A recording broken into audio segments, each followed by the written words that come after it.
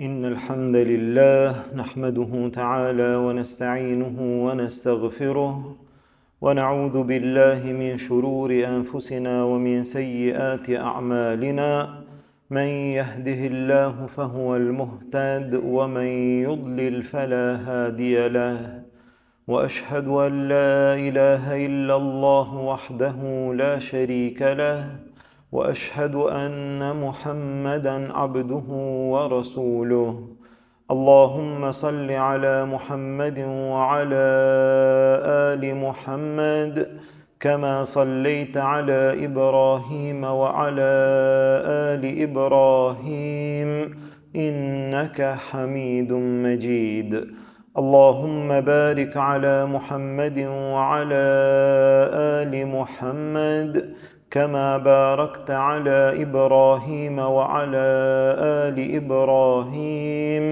إنك حميد مجيد. Falënderimi i takon Allahut subhanahu wa taala, atë falenderojmë dhe vetëm prej tij ndihmë dhe falje kërkojmë.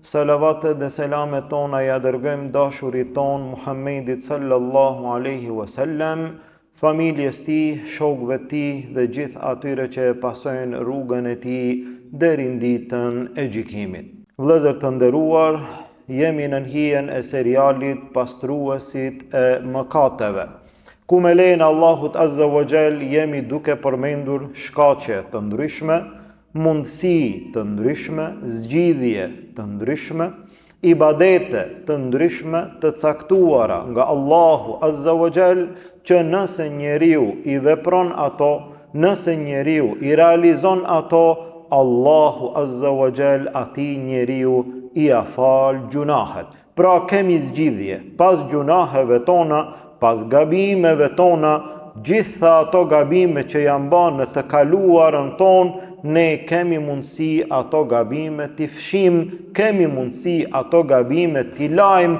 kemi mundësi që të dalim para Allahut azza wa jall pa ato gjunahe, sikur ne fare nuk i kemi bë ato gjunahe. Kemi përmendur disa ibadete, siç është agjërimi, i cili njeriu t'i pastron gjunahet, siç është abdesi, që njeriu me pikat e ramjes së abdesit i bin edhe gjunahet, siç është namazi, që njeriu në sejdën që e bën për Allahun, gjithashtu bien gjunahet e tij, siç është sadakaja për hir të Allahut, siç është umreja dhe haxhi, e kështu me radhë.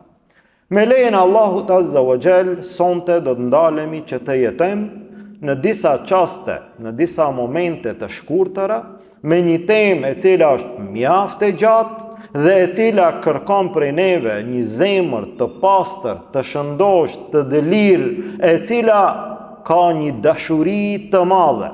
Mirë po, ajo dashuri e madhe duhet të argumentohet me vepër në jetën tonë të përditshme. Nëse ndodh një gjë e tillë, ne nëpërmjet kësaj i pastrojmë, i lajmë, i shlyjmë gjunahet tona.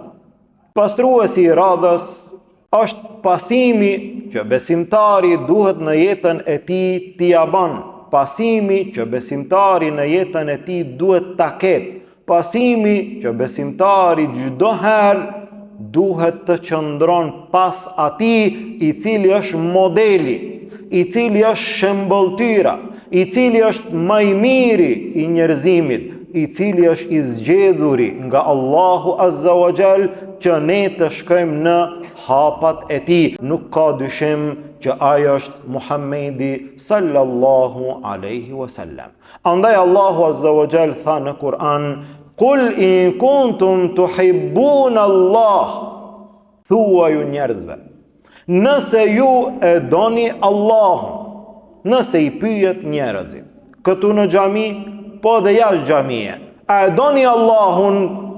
Të gjithë do të thonë po, edhe të ri, edhe të vjetër, edhe fëmijët nëse i pyet, a e don Allahun, bile nëse i pyet, kanë dhe do mas shumti, do të thonë Allahun azza wa jall.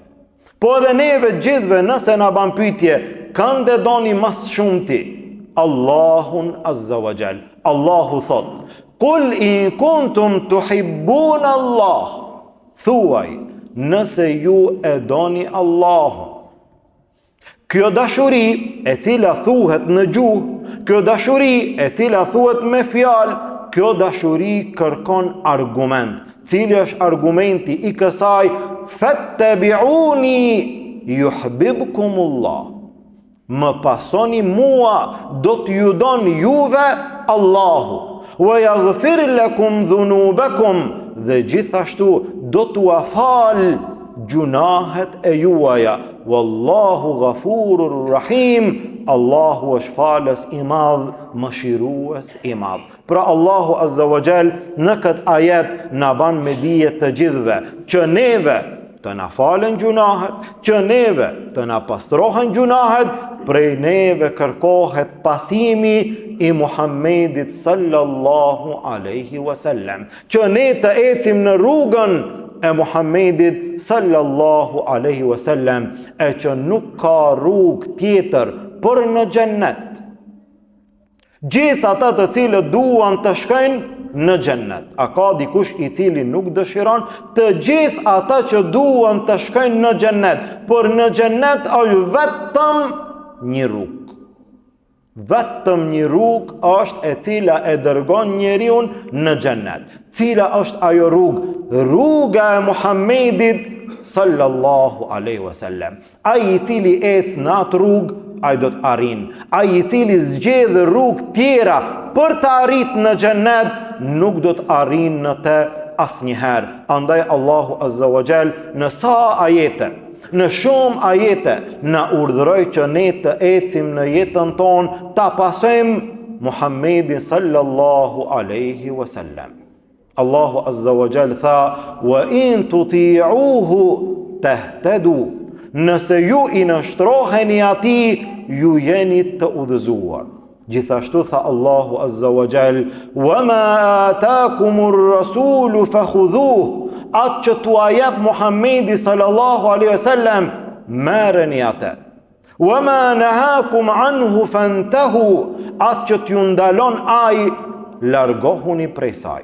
Tha Allahu Azza wa Jall: "Wa ma kana li mu'minin wala mu'minatin idha qada Allahu wa rasuluhu amran an yakuna lahumul khiyaratu min amrihim." Nuk i takon një muslimanit, një muslimanes, nëse për një gjë ka caktuar diçka Allahu Azza wa Jall ose Muhammedi sallallahu alaihi wasallam, ata të mundohen të gjejnë rrugë tjetër. Pra atë që e thot Allahu dhe atë që e thot Muhammedi sallallahu alaihi wasallam, besimtari obligohet që të jetë në pasimin e tij. Të gjithë themi, e duam Allahun Azza wa Jall, e duam Muhammedin sallallahu alaihi wasallam, dhe jemi të obliguar, e kemi patjetër deri në atë shkallë sa që duhet ta duam atë ma shumë se çdo kan tjetër.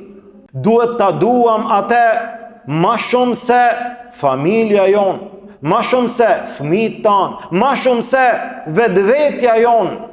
Pejgamberi sallallahu alaihi wasallam tha: "La yu'minu ahadukum." Nuk ka besuar dikush prej juve, deri kur? Hatta akuna, derisa unë të jem më i dashur për te se baba i ti, se fëmijët e ti, se njerëzimi në përgjithësi.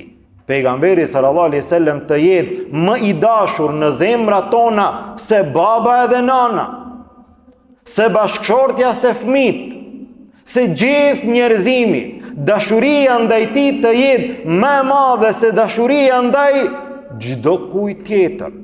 A kemi ne një dashuri të tillë? A duam ne në realitet atë? A duam ne ashtu siç i takon atij që ne ta duam?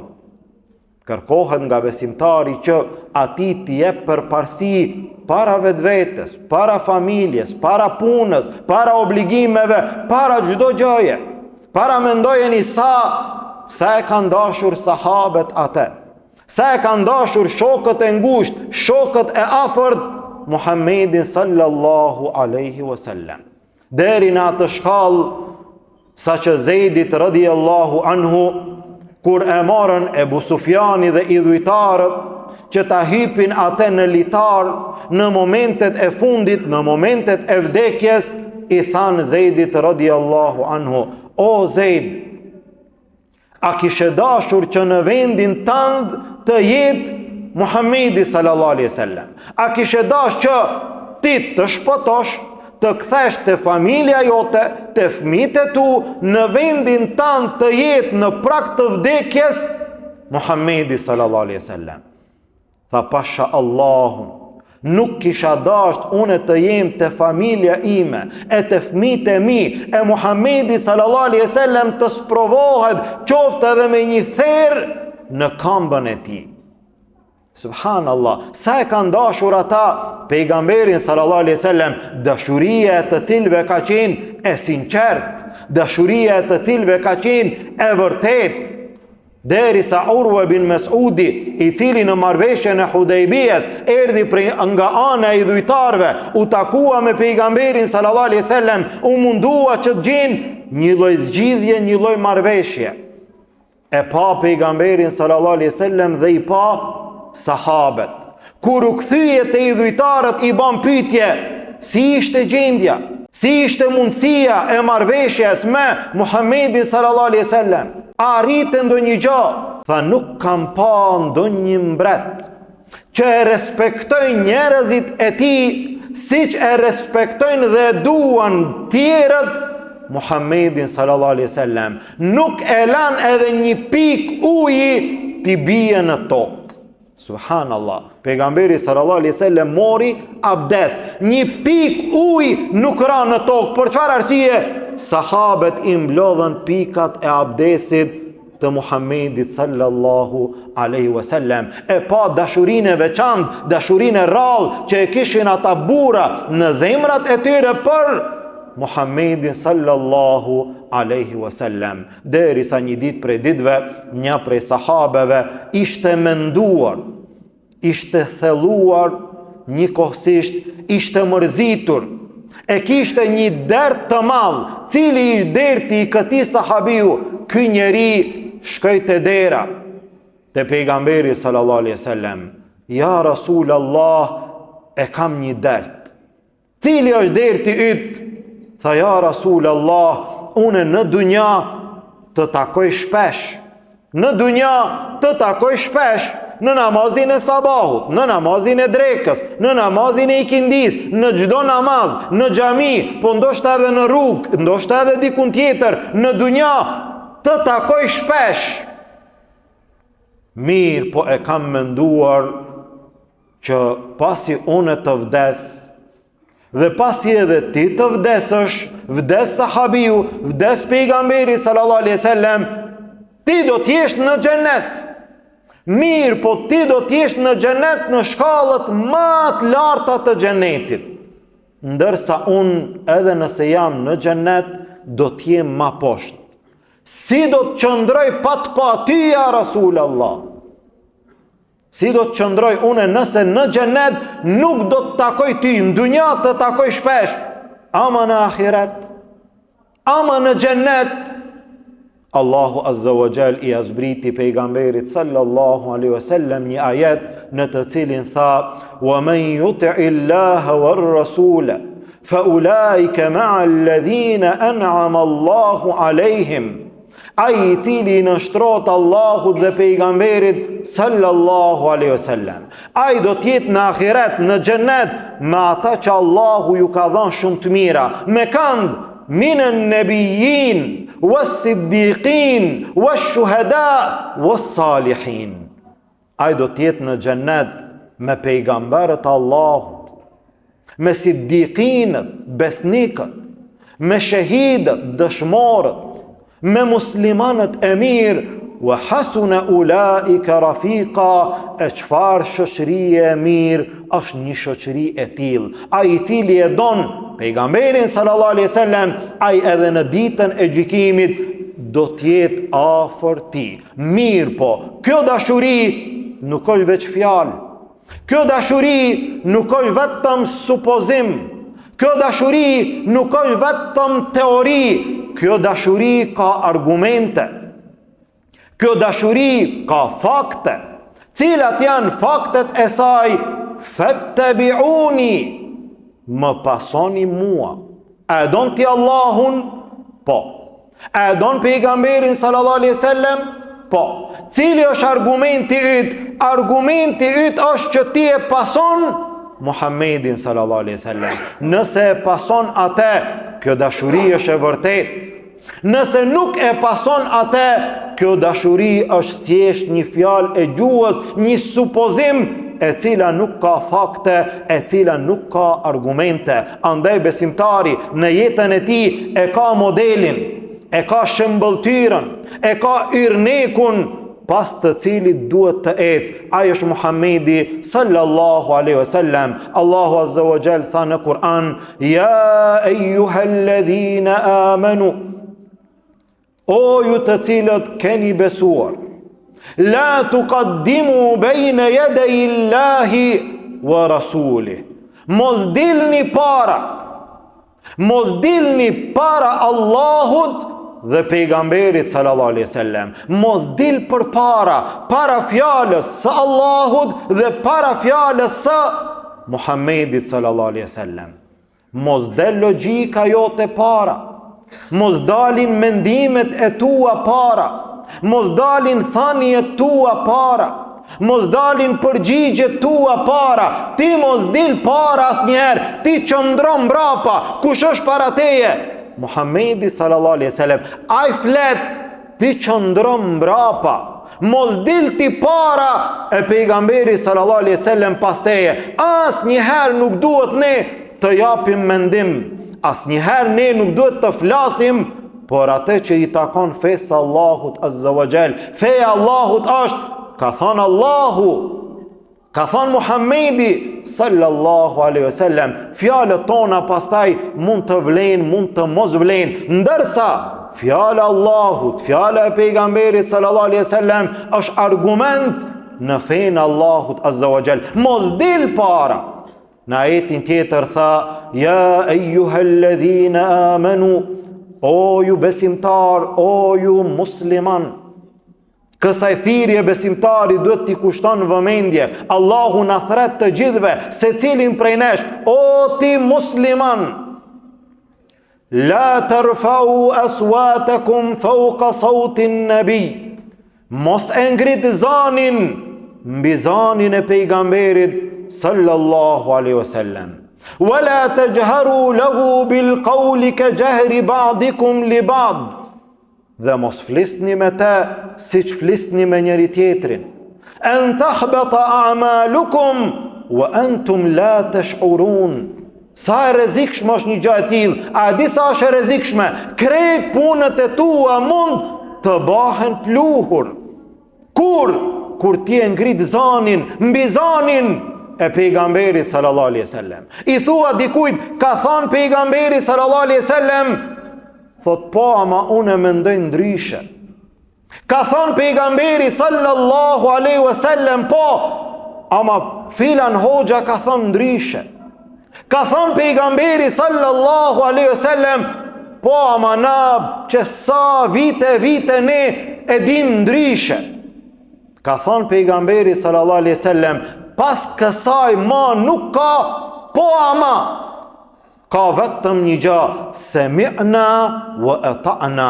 Dëgjuam dhe respektuam. A ka thënë Allahu? U kry.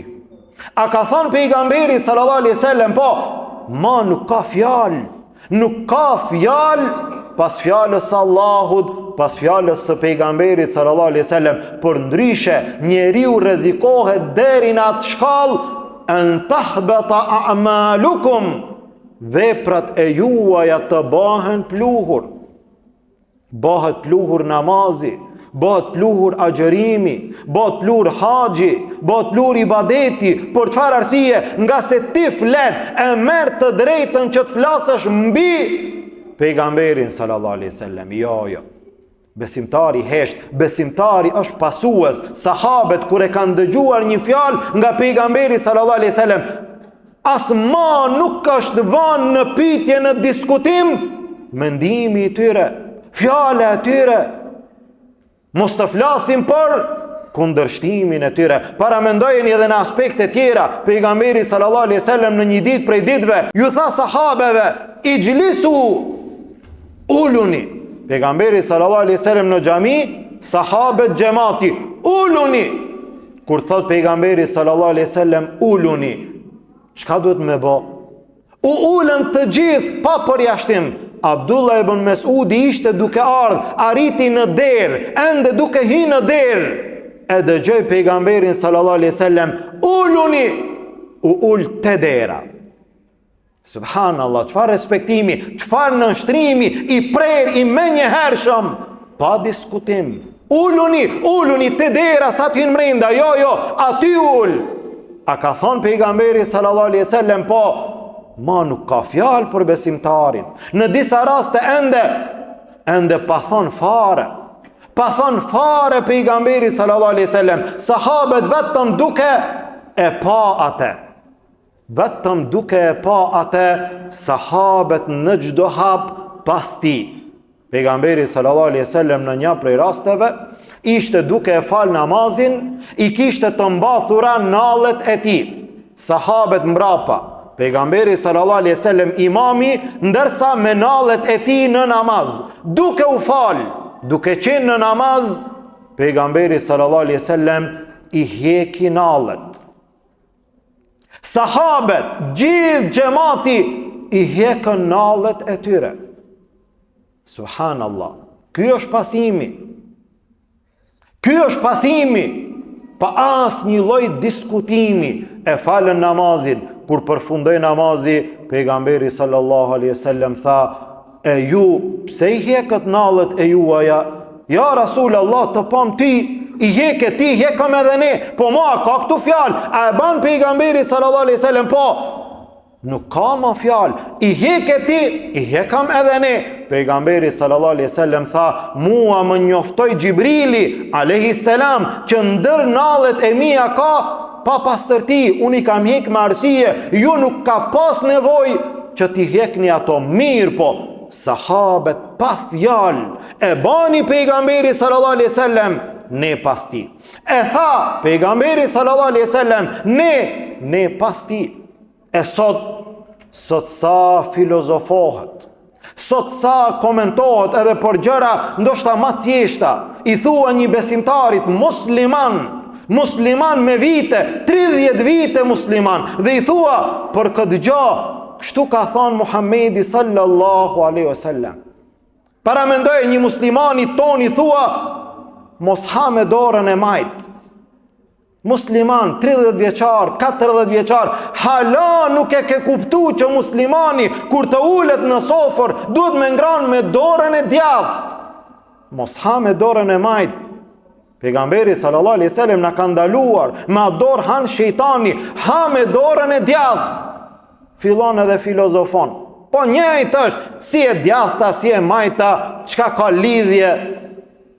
Edhe në fund edhe ky thot që unë e dua pejgamberin sallallahu alaihi wasallam. Unë e pasoj pejgamberin sallallahu alaihi wasallam. Çfarë pasimi është ky? Mos flasim për gjëra tjera në jetën tonë të përditshme që pas fjalës pejgamberit sallallahu alaihi wasallam gjejmë edhe fjalë tjera. Abdullah ibn Omerit dikush i tha për te guri i zi, si është çështja për te guri i zi? Abdullah ibn Omeri tha, e kam pa pejgamberin sallallahu alaihi wasallam duke e puthate. Nëse shkon në Qabe, e puth gurin e zi. Nëse t'jepet mundësia, nëse jo, e prek atë, e kështu me radhë. Ky njeri kishte ardhur nga Jemeni. Tha, o Abdullah, po nëse ka shumë kallabllak, tha e puthate. Po nëse është shumë ngusht, e puthate. Po nëse njerëz shtyhen shumë, e puthate. Po nëse, tha e di çfarë, po nëse leja atje në Yemen. Mbaje në Yemen. Këtu te sahabët nuk ka nëse. Këtu ka një gjë. E ka bë pejgamberi sallallahu alaihi wasallam, po, është e kryer për neve. A ka thënë pejgamberi sallallahu alaihi wasallam, po, është e kryer për neve. Pastaj ma nuk ka fjalë. E keni parasysh rastin e atij njeriu i cili e kishte në gisht një unas të arit. E që në Islam për burrat është ndaluar unaz e arit. Muslimani nuk mban unaz të arit, nuk mban zinxhir të arit, nuk mban asnjë gjë në trupin e tij të arit. Mirë, po ky njeri e kishte. Pejgamberi sallallahu alaihi wasallam e mori jahudhiate. Kjo për burrat e umetit tim është haram. Ari, mëndafshi për burrat e umetit tim janë haram. Pasi u largua pejgamberi sallallahu alaihi wasallam, i tha noti filan, merre unazën, mos e vëndo, se është haram, mirë po merre, se ari kushton, ari ka vlerë, është pasuri, e shfrytëzon atë, merre. Tha nuk e marr atë që e ka hudh pejgamberi sallallahu alaihi wasallam. Nuk e mori fare, sa kushton ajo, sidomos në atë kohë, e ka hudh pejgamberi sallallahu alaihi wasallam, po nuk e marr më fare. Kështu sahabet e kanë pasuar atë, dhe kështu besimtari do të mundohet të qëndron në atë në atë rrugë të drejtë, rruga e Muhammedit sallallahu alaihi wasallam. Mos të mundohet të sjell mendime, mos të mundohet të filozofon, mos të mundohet të komenton, mos të mundohet të sjell ndonjë gjë që ai mendon se është më mirë. Unë e baj këte mirë, po edhe më mirë se pejgamberi sallallahu alaihi wasallam nuk ka. Më mirë se atë që e ka bë Muhamedi sallallahu alaihi wasallam nuk ekziston. Një njeri i tha Imam Malikut, o imam, kur të hy në ihram në vendin e caktuar që besimtari hyn në ihram e ban jetin për umra apo për haxh, është vendi i caktuar prej në Medinë, i cili quhet Dhul Hulejfe. Tash më emërtohet si Ebjar Ali. Në atë vend besimtari e vesh ihramin dhe hyn e ban jetin për një ibadet të caktuar. Tha, a ban unë të hy në ihram ta baj niyet prej të xhamia e pejgamberit sallallahu alaihi wasallam afër varit të pejgamberit sallallahu alaihi wasallam? Tha, jo. A nuk është më mirë afër varit pejgamberit sallallahu alaihi wasallam aty unë të hy në ihram, prej aty unë ta baj niyet? Imam Maliku tha, jo. Ajo tha është një fitne për ty. Është fitne nëse ti mundosh me nxjerr një gjë të re e cila nuk është në Islam. Tha, si mund të jetë fitne nëse unë e kthehem pak më mbrapa? Pak si jam kthy më mbrapa, qenë ka fitne? Tha, ajo është fitne që Allahu Azza wa Jall e ka përmendur në Kur'an dhe ka thënë: "Falyahdharil ladhina yukhalifuna an amri an tusibahum fitna au yusibahum adhabun alim." Le të kenë kujdes ata që e thejnë urdhrin e tij, fjalën e tij, mos t'i godet ata një fitne, e t'i godet një dënim i dhëmshëm. Mendimi yt para fjalës pejgamberit sallallahu alaihi wasallam është fitne. Mendimi jon, fetfaja jon, përgjigja jon, mendimet tona, filozofit tona para argumentit, të gjitha janë fitne, të gjitha janë rrezik. Ibn Musaib e pa një njeri duke u fal pas ezanit të sabahut, i fali 2 rekat, pastaj edhe 2 rekat, pastaj edhe 2 rekat. Tha, o ti filan, pas ezanit të sabahut falen 2 rekat sunet, nuk ka shumë rekat, 2 rekat sunet. Tha, a mundem unë të hy në gjuna pse jam fal? A mund unë të kem dënim të Allahu pse kam fal namaz ma shumë? Tha, ti nuk ki gjuna dhe dënim të Allahu pse je fal ma shumë. Ti ki gjuna dhe dënim të Allahu pse e ke kundërshtuar, e ke thyer sunetin e pejgamberit sallallahu alaihi wasallam. Andaj për besimtarin nuk ka rrugë tjetër përveç se rruga e Muhamedit sallallahu alaihi wasallam është vetmja rrugë e cila e shpije besimtarin në xhennet e në dunja. Ai i cili e pason pejgamberin sallallahu alaihi wasallam, atë e don Allahu, yuhibbukumullah, dhe ja fal gjunahet, wa yaghfir lakum dhunubakum, wallahu ghafurur rahim. Allahu është falës dhe mëshirues. Ne lutim Allahun Azza wa Jall, Allahu të na ban prej atyre që e ndjekim dhe e pasojmë fjalën e Allahut, fjalën e Muhamedit sallallahu alaihi wasallam, ecim në rrugën e tij e dalim para Allahut ashtu si Allahu është i kënaqur. Lutim Allahun azza wa jall, Allahu agjërimin ton të na pranon. Namazin ton të na pranon, lutjet tona Allahu të na pranon, hatmet tona Allahu të na pranon, zekatin, sadakan ton Allahu të na pranon, çdo ibadet që jemi duke u munduar ta realizojmë, Allahu të na pranon, gjunahet tona të na fal dhe të na pastron, nga dënimi i tij të na shpëton, në Jannatul Firdaus të na bashkon. Amin. Walhamdulillahi rabbil alamin. Wa subhanaka Allahumma wa bihamdik, ashhadu an la ilaha إله إلا أنت أستغفرك وأتوب إليك.